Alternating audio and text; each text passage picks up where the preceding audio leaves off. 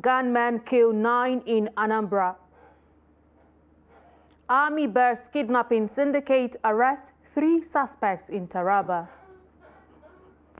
Court fixes November 14 for response to summon arraignment of Yahya Bello. On the foreign scene, DRC President announces creation of commission to oversee constitutional revision. It's the news update on Trust TV. Hello and welcome. I am Aisha Salihu. The news in detail. We'll begin with security matters. No fewer than 9 persons have been reportedly killed in Awka, Anambra State by suspected gunmen. The incident happened around 10 a.m. on Thursday at Ifete, Awka, behind the school gate of the Nnamdi Azikiwe University. Reports say that the assailants stormed the area in 2 vehicles and started shooting randomly, though an eyewitness described the operational mode as a Cold War, while another source says it's like that of Biafra agitators. Anambra Police Public Relations Officer Tochukwu Ikenga confirmed the incident. He said the respondent team had taken over the scene of indiscriminate shooting. Governor Hyacinth Alia of Benue State has suspended the state's Attorney General and Commissioner of Justice and Public Order, Fidelis Muyim. The Justice Commissioner was suspended for joining states challenging the establishment of the Economic and Financial Crimes Commission and the Independent Corrupt Practices and Other Related Offences Commission. On Tuesday, the Supreme Court reserved judgment in a suit filed by 19 states challenging the constitutionality of the laws establishing the EFCC, while 2 states, Imo and Bauchi, joined the suit as co-plaintiffs. Osun State sought a consolidation of the suit, while 3 states, Anambra, Ebonyi and Adamawa states, withdrew their suits.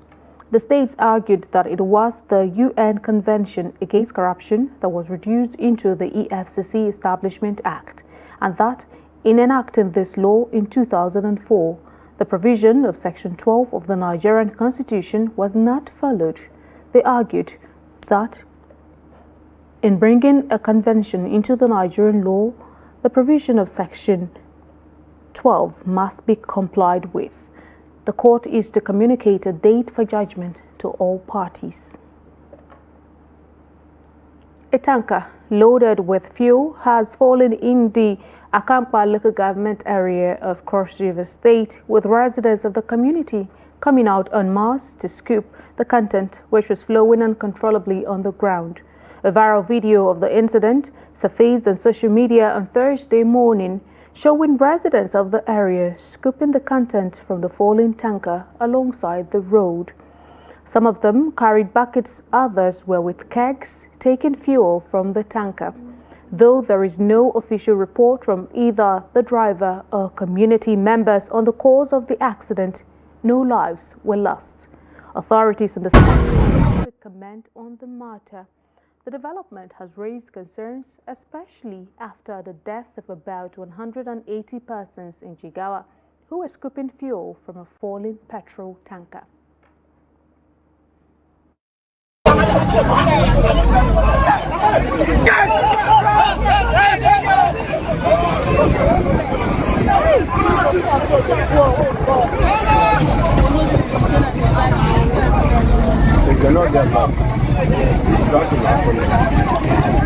Take time, fire. Come on. The Senate has received a request from President Bola Tinubu for the confirmation of the appointments of 7 ministerial nominees announced on Wednesday. President Tinubu's request, seeking expeditious consideration of the request, was contained in a letter addressed to Senate President Godswill Akpabio, who read it at the commencement of the plenary on Thursday. Tinubu urged the Senate to consider and confirm the 7 nominees for appointment as ministers. The ministerial nominees for confirmation include Nentawe Yewada, Humanitarian Affairs and Poverty Reduction; Muhammadu Dingyadi, Labor and Employment; Bianca Odumegu Ojukwu, State Foreign Affairs; and Jumoke Oduole, Industry, Trade and Investment. Others are Idi Mukhtar Maiha, Livestock Development, Yusuf Atta, State Housing and Urban Development, and Suwaiba Ahmed, State Education. Akpabio referred the nominees to the Committee of the Whole for further legislative action as soon as possible. And in politics, the People's Democratic Party has elected Chidi Chidoke as the new chairman in Anambra State. He was declared winner of the Congress by Enugu Deputy Governor Ifeanyi Osai on Thursday morning. The PDP Congress was postponed last week by Osai, a lawyer, for some unforeseen reasons. Chidoke replaces Chigozie Igwe, who served the PDP as the chairman on acting capacity. The new chairman, who was the youth leader of the party, defeated his opponent Amechi Oando with 1,080 to 960 votes. Declaring him winner, Osai charged him to rebuild, restore, and reconcile all aggrieved party members in the state. He told the new executive to work harmoniously to secure a win in the 2025 gubernatorial election. Justice Marian Aneni of the Federal Capital Territory High Court in Maitama, Abuja on Thursday adjourned till November 14 for rearrangement of the defendants in response to the summons issued by the court for the immediate past governor of Kogi State, Yahya Bello. He is to appear before it for arraignment on the fresh 16-count charges brought against him by the Economic and Financial Crimes Commission. The adjournment was fixed on the request of the Prosecution Counsel, Rotimi Oyedepo, Senior Advocate of Nigeria, who stated that at the last adjourned date, the court had issued a public summons against Bello, directing that some be published and the charge be pasted.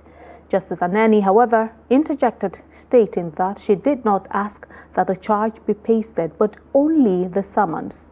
Oyedepo explained to the court that he expected the first defendant to be in court on November 14, making reference to the 30-day duration of the summons, and therefore sought adjournment till November 14 for the arraignment of all three defendants. The Managing Director and CEO of Nigerian Education Loan Fund, Akintunde Soya, has announced that the fund has received over 350,000 applications and disbursed over 10 billion naira, with a commitment to distribute 90 billion naira in tuition fees and stipends. Speaking at a meeting with the House of Representatives Committee on Students' Loans, Scholarships and Higher Education Financing in Abuja, Soya emphasized the scheme's inclusivity, ensuring that all Nigerians, regardless of location or background, have access to education. Soya highlighted proactive efforts to engage regions like the Southeast, previously feeling left behind, through sensitization initiatives, which led to a surge in applications.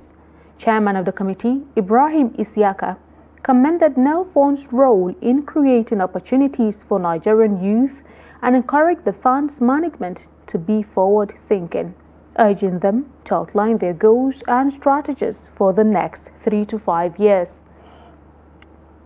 With 70% of our population under the age of 35 failing to provide access to education for this segment, exposes Nigeria to a future fraught with instability and violence. This intervention by President Tinubu could not have come at a better time. What are the lessons that we want to learn from institutions like this, so that we don't again go into their errors?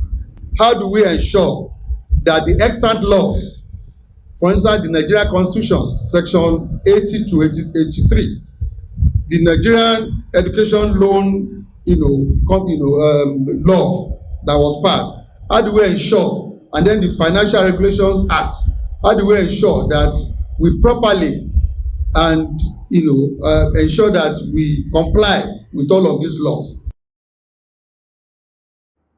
The House of Representatives has asked the Central Bank of Nigeria to make available more new notes of 200 naira 500 naira and 1,000 naira, as well as begin a gradual withdrawal of the old notes from circulation.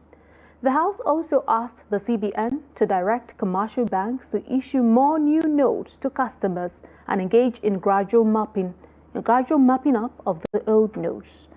In a resolution following a motion of urgent national importance by Adam Victor Ogene, Labour Party Anambra, the House said the Central Bank of Nigeria should kickstart awareness programs for Nigerians to be aware and prepare for the deadline of December 31, 2024.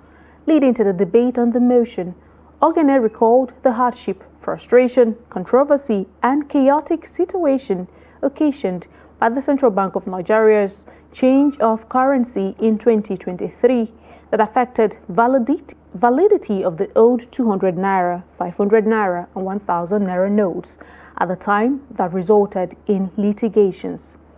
He also recalled that the scarcity of the new currency notes led to untold hardship in the nation as a result of the CBN's inability to supply new versions of the changed currency notes. He expressed concerns the CBN has not shown any sign of sensitization or kick-started any awareness program to remind Nigerians about this important economic policy in order to make them prepare for the deadline of 31st December 2024. He said Nigerians will be plunged into more chaotic situations than what happened in February 2023 when the old 200 naira, 500 naira, and 1,000 naira notes shall cease to be legal tender and medium of exchange for goods and services as from January 1, 2025. The federal government's technical subcommittee on dam evaluation has assured the public that the Kogi Dam in Kogi State is in satisfactory condition following an inspection on Wednesday. The subcommittee, led by the Director of Dams and Reservoir Operations at the Ministry of Water Resources, Aliyu Ibrahim, conducted the assessment as part of a nationwide evaluation of dams. Speaking to journalists after the inspection, Ibrahim said that the reason for the evaluation of the dams across the country follows the collapse of a structure in the Oando Dam in Kaduna State. He added that the committee would not comment on the internal condition of the dam until further assessments are complete. Some parts of Maiduguri, the Kaduna State capital, suffered a heavy blow by water following the collapse of the Oando Dam.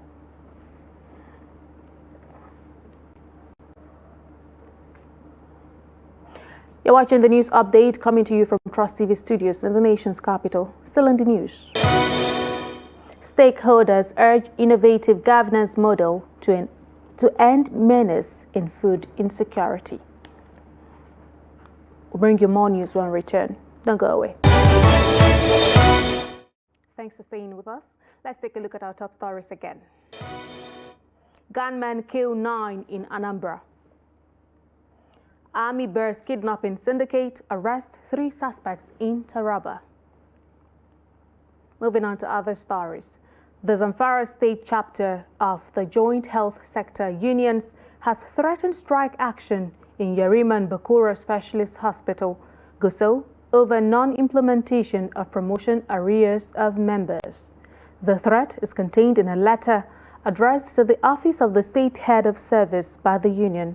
The letter made available to newsmen Thursday in Gusau and jointly signed by the chairman and secretary of Johesu, Sani Rabiu and Aminu Abdullahi respectively, called for an immediate action on the arrears in respect of the Consolidated Health Salary Structure Adjustment approved by the state government in June 2024.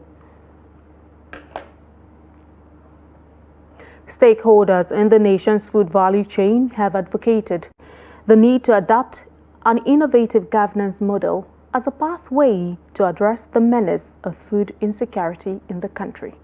They spoke on the heels of the revelation by the World Food Programme that the number of food insecure Nigerians increased significantly from 66.2 million in the first quarter of 2023 to 100 million in the first quarter of 2024, with 18.6 million facing acute hunger and 43.7 million Nigerians showing crisis level or above crisis level hunger coping strategies as of March 2024.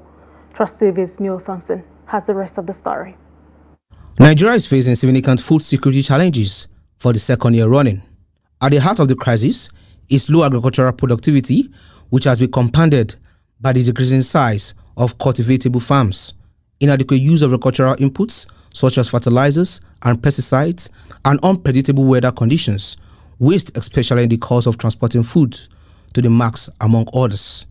How to address these and other challenges in the sector has made the question on the lips of many stakeholders. Technology does a lot of things. It improves efficiency, it reduces costs, it provides for a wider variety of capacity for any sort of production. So as long as we continue to do manual, it's likely to be more expensive and inefficient and time consuming. Where if you adopt technology, both in production using mechanization, both in processing use of cold chains and all of that, and in logistics, it's likely to see a significant boost in production, and which will eventually lead to price reduction as well. The need for an efficient railway system, we are yet to have that in Nigeria, and it's one major thing that I want the government to focus on. If you have efficient and effective railway train network that can run from the southern part of Nigeria up to the north, it will further reduce the reliance on our road networks that are even poor at the moment. You need to have the right networks. You need to connect with the right people in terms of who your customers are, who your investors are, and who your collaborators are. The stakeholders also highlighted measures the government can put in place to enhance food security and agricultural productivity, especially in farming communities. Primarily, about 70% of what we consume is being produced by the smallholders farmers. So what policies can we do to look at them to really reach to the primary smallholders farmers? So we have to look at the policies, a policy that can give access to markets, policies that can give access to incentives and grants and loans. There are a lot of policies already that we've developed to support the development of our food systems in Nigeria.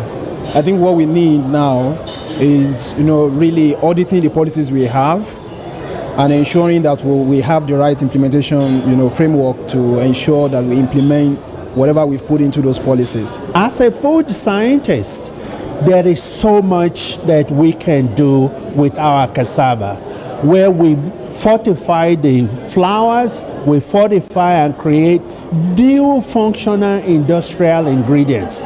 Some effects of food insecurity can be undernourishment and famine, a rise in food prices, civil unrest, and environmental issues such as soil erosion and water pollution, hence the need to address the menace. Noel Samson, Trust TV News, Abuja. The regulatory arm of the Nigerian Exchange Group has suspended trading in the shares of Oando PLC effective Thursday, October 24. This was disclosed in a notice to trading license holders signed by the head Issuer Regulation Department, Godstime Iwenekai, on Thursday. The Johannesburg Stock Exchange suspended trading in Oando shares in March due to its inability to meet the extended deadline to publish its 2022 audited year-end results. The company, which is listed both on the NGX and JSE, also failed to meet the deadline to publish its interim results for 2023 as of the time of the suspension. However, the suspension was lifted in June. In the latest development, the NGX Regco said the indigenous oil firm had failed to submit its audited financial statements for the year ended 31 December 2023. In a corporate notice filed with the NGX earlier in October, Oando blamed the delay on the recent acquisition of Nigerian Agip Oil Company. The deal was completed on August 22, 2024. The Kogi State Governor Usman Ododo says the state remains an oil-producing state as crude oil has been found in commercial quantity in Olamaboro local government area of the state. He, however, lamented that despite the discovery of crude oil in commercial quantity in Kogi, the state does not enjoy the 13% derivation and other benefits given to other oil-producing states in the country. Governor Oando stated this when he visited the Minister of Petroleum Resources, Heineken Lokbobori, at his office in Abuja on Thursday. He called for the support of the ministry in Kogi's bid to plug into the Northern Frontline Exploration oil drilling bid. According to Oando, Kogi is the meeting point between the south and the north of the Jakarta-Kaduna-Kano pipeline, which gives it a major advantage for oil and gas investments to thrive. Responding, Lokbobori said the federal government, through the Nigerian Upstream Petroleum Regulatory Commission, is looking into the matter as Nigeria needs more crude oil and gas assets to increase its revenue from the current target of 2.5 million barrels per day to about 5 million barrels. And to developments on the foreign scene, President Felix Tshisekedi on Wednesday announced that a commission will be set up next year to work on the revising the constitution. Speaking to crowds of supporters in Kisangani in the country's northeast, Tshisekedi said the current constitution had weaknesses and was not tailored to the realities of the country. The president, who is serving his second and last term under the 2006 constitution, cited the delayed formation of the government and provincial assemblies he claimed are torn apart by selfish interests. The revision of the fundamental law has been the call of the ruling coalition for weeks. The Secretary General of the UDPS, the president's party, said in early October that the late leader of the party, Etienne Tshisekedi, had recommended a revision of the constitution, but the matter is divisive in the country. Opposition figures have warned against what they view as a scheme by Tshisekedi to remain in power.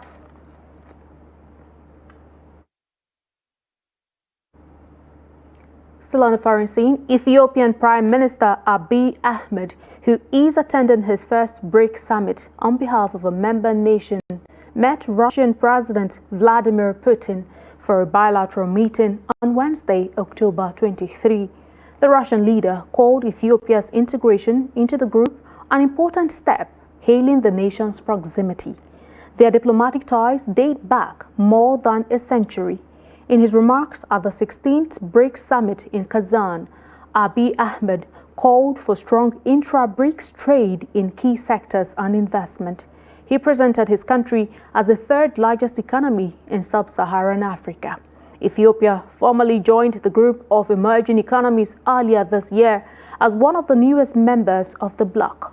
BRICS countries have shown determination to achieve their vision of a multipolar world, amplifying the voices of the global south.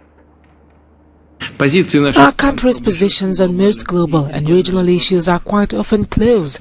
We appreciate that Ethiopia supports most Russian initiatives in the United Nations.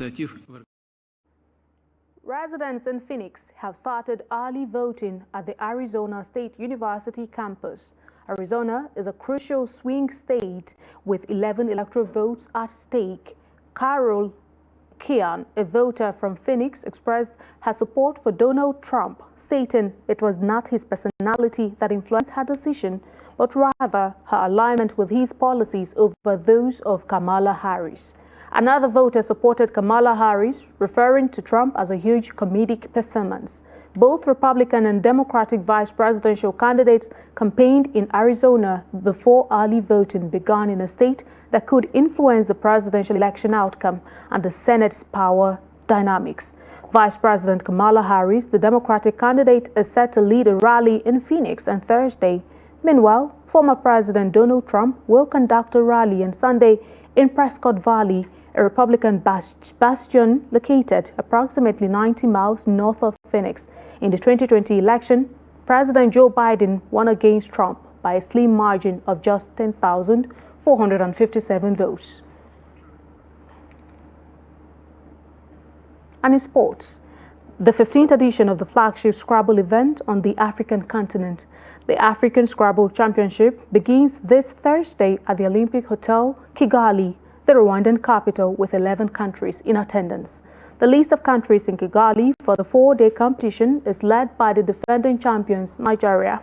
Its next-door neighbors, Cameroon, Ghana, the Gambia, Kenya, Mauritius, South Africa, Uganda, Tanzania, Zambia, and host, Rwanda. Two passionate Scrabble-playing nations, Liberia and Sierra Leone, boycotted the championship because the governing body of the game withdrew the hosting rights from Sierra Leone without a good reason. The number of participants is yet to be made public by Pan-African Scrabble Association, as registration was yet to be completed as at Wednesday evening. And that's about it on the news update on Trust TV at this hour. Remember, you can always follow us across all of our social media platforms and also join our YouTube live stream for more news, programs, and documentaries. I'm Aisha Salihu. Thank you so much for joining us.